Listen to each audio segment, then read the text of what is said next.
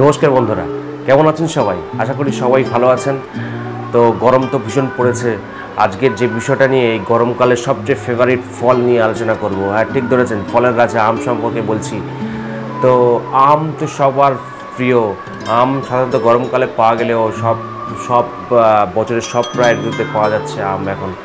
তো আমের কিছু ক্ষতিকর সমস্যা রয়েছে স্বাস্থ্যের জন্য, আবার আমের তো ভীষণ উপকারিতা রয়েছে। অনেকেই আমরা জানি না যে আমের কী কী উপকারিতা রয়েছে।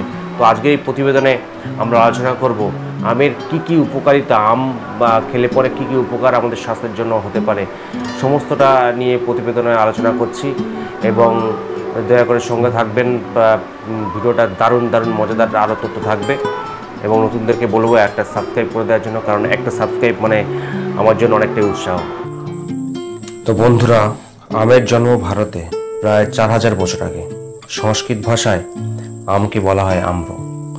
মৌর্য কিংবা গুপ্ত কিংবা মুঘল সব যুগেই আম ছিল রাজাদের পছন্দের। মুঘল সম্রাট আকবর নাকি নিজেই 1 লক্ষ আম গাছ লাগিয়েছিলেন তার ভাঙাতে।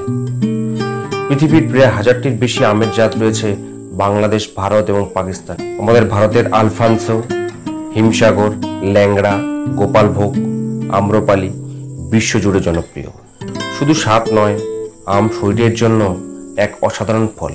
চলুন জেনে নিই আমের কিছু আশ্চর্য উপকারিতা। আমে আছে প্রচুর পরিমাণে ভিটামিন সি, যা দেহের রোগ প্রতিরোধ ক্ষমতা বাড়ায়। বিশেষ করে গরমকালে ঠান্ডা, জ্বর, ইনফেকশন থেকে বাঁচাতে সাহায্য করে। শিশু থেকে বৃদ্ধ সব বয়সী মানুষদের জন্য এটা খুবই উপকারী। আম হচ্ছে ভিটামিন এর দারুণ উৎস।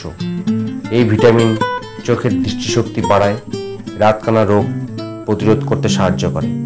যারা অনেকক্ষণ মোবাইল অথবা টিভি স্ক্রিনে কাজ করেন, তারা প্রতিদিন একটু করে আম খেতেই পারেন। কাঁচা আম হজমে দারুণ সহায়ক। এতে আছে ফাইবার, প্রাকৃতিক এনজাইম, যা খাবার হজম করতে সাহায্য করে। গরমকালে বদহজম, অম্বল, গ্যাস্ট্রিক এসব সমস্যা কমাতে নিয়মিত খান একটু কাঁচা আম বা পাকা আম।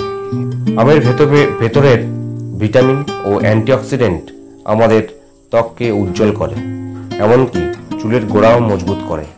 অনেকে ঘরোয়া ফেস প্যাক এবং হেয়ার প্যাক হিসাবে আম ব্যবহার করতে পারে। তবে আমের এই উপকারিতার পাশাপাশি ভুলভাবে খাওয়ার কারণে কিছু সমস্যাও দেখা দিতে পারে।